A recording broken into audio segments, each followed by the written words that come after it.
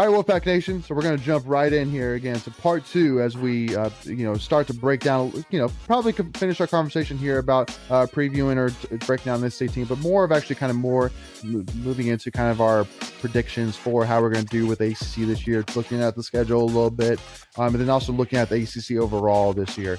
So, if you haven't obviously hit part one yet or checked out part one yet, make sure to go check that out first, and then make sure to come back and make sure again also to hit that subscribe button. This is free to do, and it really helps us support us in the channel. Please give us a like, and also to make sure to give us a follow at Tuffy Talk Now on Twitter, Instagram. So with that being said, obviously looking at the schedule, I know, I kind of said it in the first part is that, when you're in the ACC, there's no such thing as an easy schedule. It's going to be tough every single year. But again, that's what you sign up for. That's ACC basketball. That's what we all know and love. And, again, I think that hopefully if you're any state fan, you wouldn't want any different. I don't think we would rather go to any other conference or compete anywhere else than right here in the ACC. So, which is the premier conference in college basketball, no doubt about it. So, so I'll kind of hand it to you first, Michael. So I hand off to you, making in the first part. But so, Michael, so looking at the schedule, what were your initial thoughts when you saw the schedule? Was there a certain group of games that kind of jumped out at you? Was there a certain game that's popped out to you? What were your kind of initial thoughts looking at the schedule?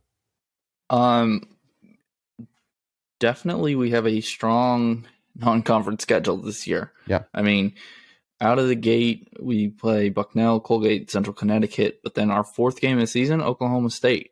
That's not going to be easy. I mean, last year they had Cade Cunningham, who was number one pick. Obviously, he's gone now, but they're still a good team. That'll be a good test early in the season. We've got Nebraska in the Big Ten Challenge, and then they do the thing where now we're playing an ACC game in December. We've got Louisville at home. That's going to be tough. And then tough game. Also have Purdue, who's a top 10 team right now. Yeah. So I said it in the first part, if we don't make the tournament, if we're on the bubble, it won't be because it won't be the strength of schedule. I actually don't know if that's come out yet, like the actual rankings of it, but I'd probably say we're up there. Yeah. And then obviously, like you said, ACC schedule is always going to be tough. I mean, this year we've got at Duke, home and homes with Florida State. Virginia Tech's going to be good this year. I hope we've got home and homes with them. So, yeah, Macon. Yeah, it's going to be test. So, Macon, would you like to expand on that? No, I think the one game for me, particularly for more personal reasons, I'm that Purdue game will be very interesting. And I think it was interesting too. You mentioned the game against Oklahoma State. Both those games are neutral site games. So you get the Oklahoma State and then Central Connecticut. Those are at a tournament in Connecticut. And then the Purdue is going to be in Brooklyn. So Purdue's going to be one of the best teams in the country this season. At least starting out, they are. I got a friend of mine who's a Purdue alum. So, we just joke, we go back and forth about that, but I was like, it'd be cool to get to watch that game together. So I kind of am interested in that one. But the Louisville game early, I totally forgot they were going to start playing ACC games early. That'll be a very good litmus test for this season because I think Louisville was predicted to finish 6th in the ACC this season, and we were predicted to finish 9th. If we could somehow get a win out of that, we would be, have an early lead in the ACC and against a team that's supposedly thought to be better than us. That game, I think their forwards are going to really attack. They have really good forwards on their team. They're going to need their guards. Talking about Louisville, their guards are going to need to step up for them. But that game will be very interesting to me. I don't know, man. There's some games on the schedule when you look at it. The tougher games, you get Florida State at home. They're one of the tougher games. Yep. But then you got to go play at Virginia Tech. That's the one team, man, that I don't get how they are. Like last season, I remember going into the ACC tournament, they basically didn't play the last 2 games because of COVID, and everybody was like, COVID, and they just because they didn't play, they conveniently didn't blow a chance to get a double bye, so they got the double bye. So and they immediately lost. Yeah, I know Keve Aluma is going to be a really good player for them, and they'll be a solid team. Do I think they're going to be a top 4 team again, or like I think they're predicted to finish like 5th? Yeah, they're maybe. I don't know. I mean, the thing with those rankings is you have to think, well, who's going to be better? If they're not that, who is better than them? Right. And I could see Louisville be better than them. I'm trying to think. I honestly, a team that I think is going to be good is Notre Dame, because they had a lot of injuries last season, and they're returning their 3 leading scorers, I believe. I'm trying to check that. Yeah, they are bringing the top 3 scorers back from last season, plus some injuries. So I don't think Virginia Tech is going to be up there like they were last year. I don't know what Virginia's got this year, although they don't have to run hardly any offense and they'll win. So it's just nauseating. But I look at the schedule and there's some good matchups there. I remember looking early on that stretch where we had to play Louisville from basically the month of January is going to be really tough. You got to play. You got to play Florida State at home, Virginia Tech on the road. You get a game against Clemson, which you have to win, in my opinion. At Louisville, at Duke, Virginia Tech back at home, Virginia right after that, at Notre Dame, at UNC. There's a lot of road games there. There's a lot of road games there against the topper portion of the ACC. And when I say that this is a make-or-break season, Keats is going to need to find a way to win half of those, in my opinion. Yeah, because the way I look at that, he could lose. We could lose all of them, except maybe Clemson. Like I said, you have to get Clemson. But if they can't find a way to win at Virginia Tech, or I know Keats always seems to have Virginia's number, so maybe they find a way against Virginia. And Virginia Tech's at home, by the way. Virginia Tech is at home, but you play Virginia Tech twice. In January 4th at Blacksburg, you're going to have to find a way to get half of those games.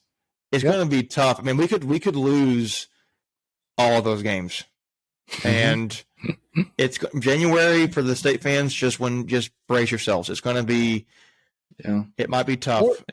Might be great. Might be tough. I know. That's what I'm saying. It might be tough. That's what I'm saying. I mean, not necessarily saying oh my gosh, embrace, we're going to lose all those. But we could again. just like we said in the first part. We really don't know this team yet. But just like Maka said on that December 4th game against Louisville, that can be a litmus test for sure for how the season's going to go. And so hopefully instead of brace yourself, here comes January. Hopefully it's all right, State fans, get ready. Here comes January. Let's go.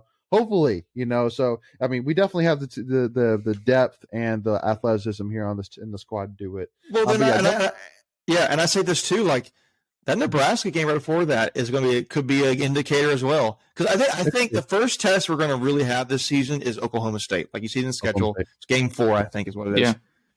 Yep. Let's say I don't think Nebraska was supposed to be really great this season. Let's say you lose to them. That is not going to go over very well. And then you go and maybe you drop an egg, you lose against the Louisville. To me, those are the wins. You have to get those wins. Now, granted, they're the Nebraska game's not in conference, so it's not going to hurt you that bad. But it could be a litmus test. If you lose, it could not.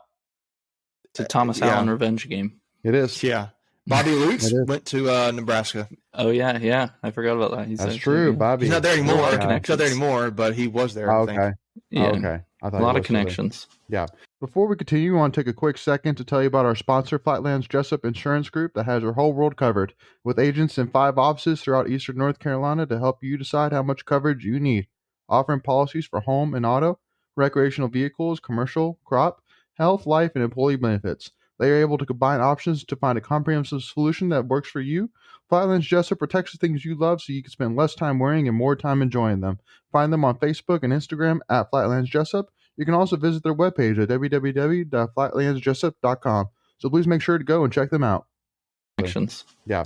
Well, and again, it's something which, state fans need to understand too, that at the end of the day, it's just basketball. There's so many games, there's so many games in a season that, that hopefully between Bucknell, Colgate, and Central Connecticut, hopefully between those 3 games, we can figure some things out in terms of what the rotation is going to be, in terms of, what plays to run, etc. That hopefully by the time we play Oklahoma State, that we have things figured, at least most things or some things figured out. But it could be that it may take a little bit more time. But hopefully by the time we play Louisville, which I think, if I'm counting correctly, is the 8th game of the season, hopefully by then we're hitting our stride. Yeah, that's right. Hopefully. But again, it may take some time. But again, at the end of the day, it's a long season. At the end of the day, we're there again. That second half of the season is brutal. So if it takes us, to the beginning of third to figure it out, but if it pays off during the second half of the season, then so be it. But again, so I'm just more saying that just that us as State fans, we're famous at times for reading too much into situations, and so if for some reason we do come out a little bit soft at the beginning, I understand, especially from what Keith's done so far, we may immediately jump into it. But again, it's a long season, so we'll see what happens. But especially as we figure some things out here. But anyway, so kind of looking at a little bit here at the ACC.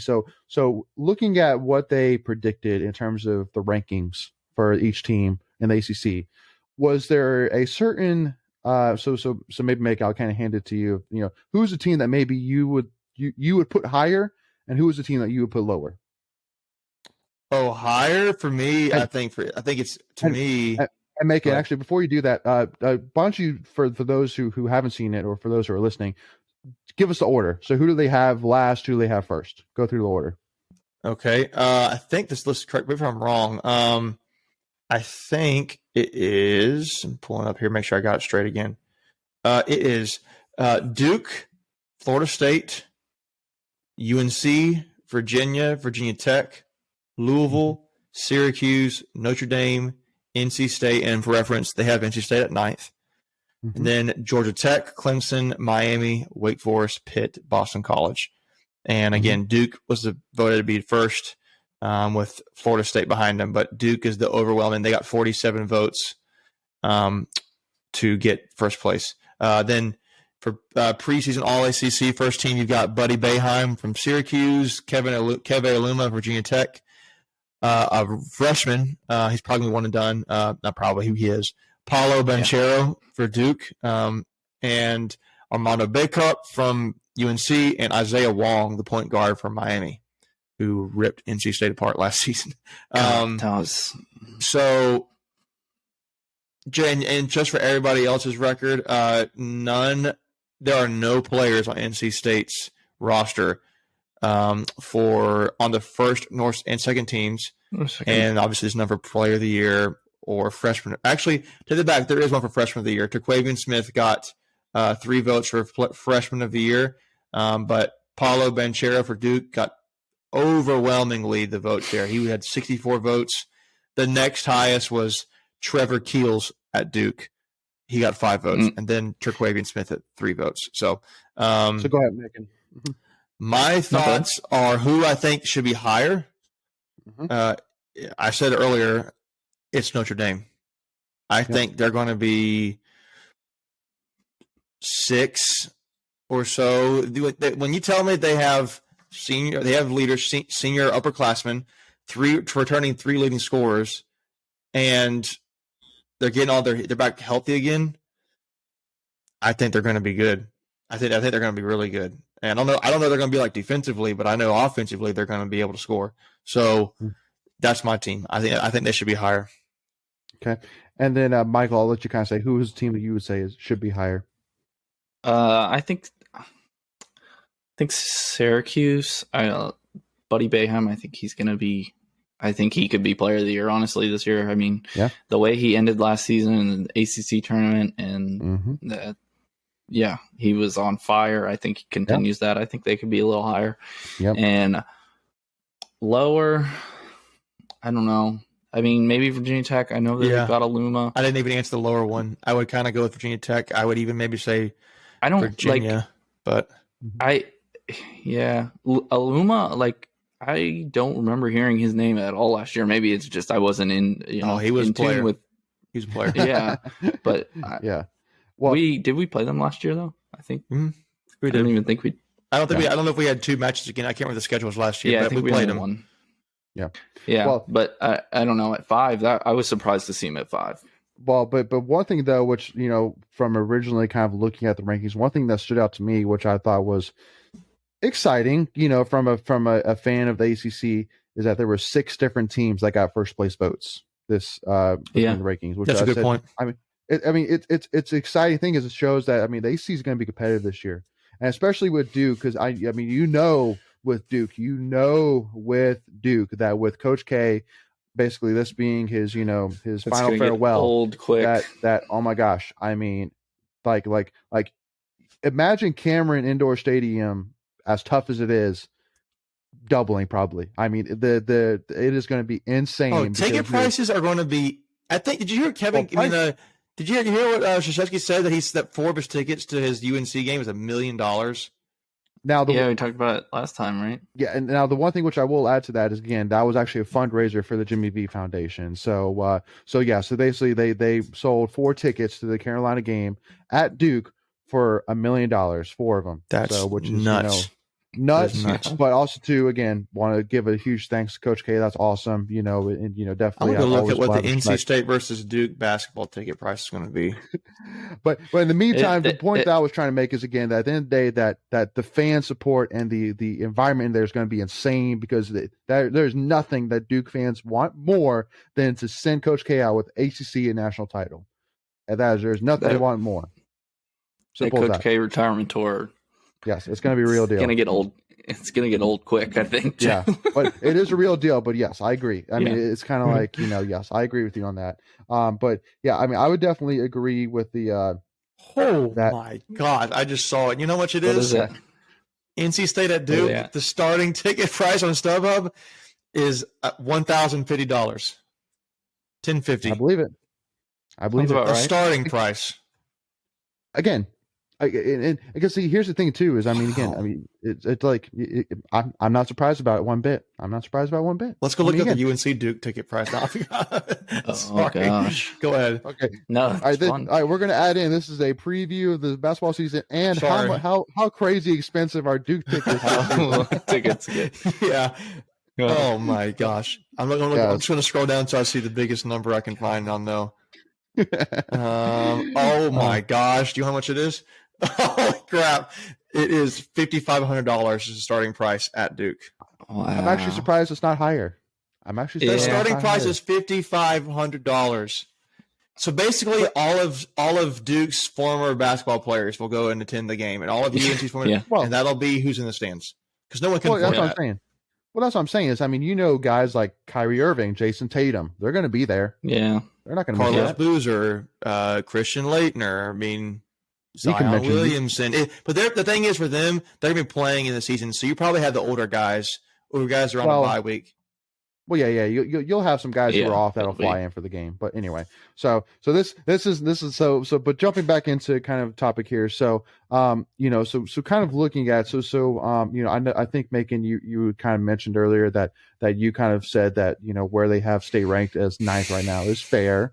But what would you say is kind of the best case scenario and the worst case scenario? Then, Michael, I'll let you kind of go off of that. I mean, best case scenario is first, but no, I mean, worst case scenario, playing a national championship. I mean, that's best case. It's realistically, right. That's what I mean. Realistically, I think put this way, I think to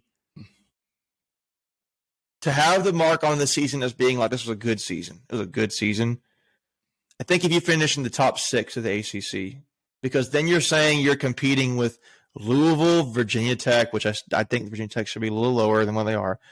If you're competing with Duke, UNC, Florida State, Louisville, Virginia, and say Virginia Tech, Syracuse, and you're right there in that mix, and you've improved from last season where you were 9th in the ACC, it's a good season, especially with the young roster we have. Yep. I think anything less than 9, basically moving backwards, I think is worse. I think if we're 8 or 7 or 6, someone there, you're like, okay, we got a young roster. They competed. We still improved a little bit. We can roll with them into the next seasons, and we're basically have the same. I mean, you'll lose Helms and Bates, which still stinks, but man, this state really should have gotten a transfer big in my opinion. Although Greg Gant could kind of play some of that a little bit, but I'm talking about this. We'll see. But yeah, I think a really good season is top 6 in the ACC. Okay. Like Michael, fringe sixth, fifth, someone there's like that's reasonable. Yeah. Yeah. I mean, that's what I'm thinking too. I mean, I don't really see us breaking into the top 4 this year. We would have to really have a great year, dude. But I think top 6 is fair. Mm-hmm. You know, the preseason with Keats, the preseason polls have been pretty spot on. I mean, I think the first year we were picked 12th and he finished 5th. So, but we've said that's been his best year so far. And then all the other years we picked 8th, we finished 8th, picked 6th, we finished 6th. I think last year we were also picked 8th and finished 9th. So it's been pretty spot on. Mm-hmm. Worst case, I think we've got enough talent. We won't be bottom of the ACC by any means, but worst case, I could see us dropping a couple spots to 10, 11, maybe 12th in the ACC. Yes, which would be definitely not good at all for the Keats's job tenure conversation for sure. Not necessarily saying that he would be fired or whatever it is. Obviously, there's way too many factors that would factor into that in terms of necessarily just what the schedule is or what the record is at the end of the season. But that would definitely not be a great starting conversation point. So, but the one thing which I will say again is it's definitely an exciting season. First of all, I mean, again, and because one thing that Keats has actually said as well is that even though you expect, especially with football, since it's 100% capacity football, it's not necessarily guaranteed that it's going to be full capacity necessarily as well for basketball, which I know is frustrating for us state fans because, especially since we are so proud that we want to have a great home court advantage. But unfortunately, since it is indoor, football is outdoor, it's a different conversation. I know that Keith said that NC State's working on a plan, to put that in place or whatever it may be. But, if, I think that, again, assuming that we're going to at least probably have, maybe a 75% capacity, something like that, that'll be a huge thing for sure for the players, but for Keats as well. I know that, he had said that he went to the Clemson game and he loved every second of it because he said, like, to the players, imagine this, but in PNC Arena. Like, imagine all of this inside PNC Arena. Like, holy and a lot smokes. of them haven't experienced it. No, exactly. On the roster. Exactly. Yeah. Cam Hayes, he hasn't felt it before. So, hopefully, that is the case, but, we got an exciting season coming, got a challenging season, but, hey, let's, it's time to put up or shut up, right? So go ahead, Megan. I got a question. What do you think is the quickest way to improve? Like, if you could pick one thing we can improve on and going from last season to this season, what would it be because like, what would be the quickest avenue for this team getting better? Like one thing we were lacking last season or whatever that, like, as far as I'm kind of thinking statistics or maybe there's some intangibles. What do you think that would be for this team? Well, you kind of said it already, but I would say rebounding. I'm looking at it right now. I'm trying to figure out where we ranked. We're not even the top 200 teams in rebounding is what I can tell. I'm trying to find where it is. Yeah. That's one of them. But and then the other thing I would say is probably more consistent 3-point shooting. Just because I think that's the other thing I was going to say. Yeah, I agree. That was my next one. Yeah, just because I mean, a guy like Braxton Beverly, who we expected to be our 3-dagger, was definitely not our consistent 3-dagger. He was very inconsistent, to say the least. So, but Michael, go ahead. I would say probably another like a solid second and probably third scoring option. Like at least having 3 people you can rely on every game to score the basketball. So not just last year. Not just Helms. Last year, Devin Daniels and Helms. More the guys. And that was kind of shaky after that. This year, obviously, Helms. Hopefully, Manny Bates can contribute a little more, put up 10, 12, 14 points a game maybe from the post, and then I don't know who's going to be that third guy. I mean, hopefully it's Cam Hayes, but it's still up in the air. Yeah, I was tending to lean to. I couldn't decide I want to go to rebounding or 3-point shooting. I feel like with Bates' shot blocking, the rebounds will come a little bit, but I feel like it's this 3-point shooting. I had to pick one thing because I feel like our scoring ability was great, minus that. Like we were a slashing team last year, and I know Keats likes to run the pick and roll as well. Like he does a ton, but that's one thing I would say a little bit too on like a little bit of a side note is I would love to see State run a little bit different offense sometimes because I feel like we just stick too hard to the pick and roll, and it works if you have the guys who can run it well.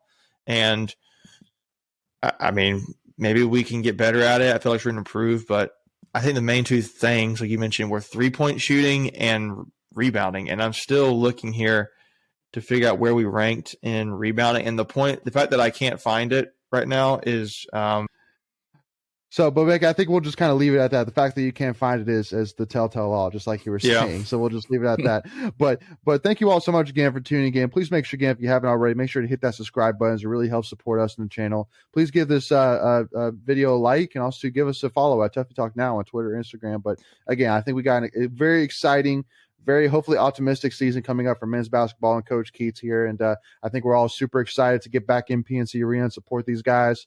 And, and so make sure to tune in with us as we will do other previews as well for other sports.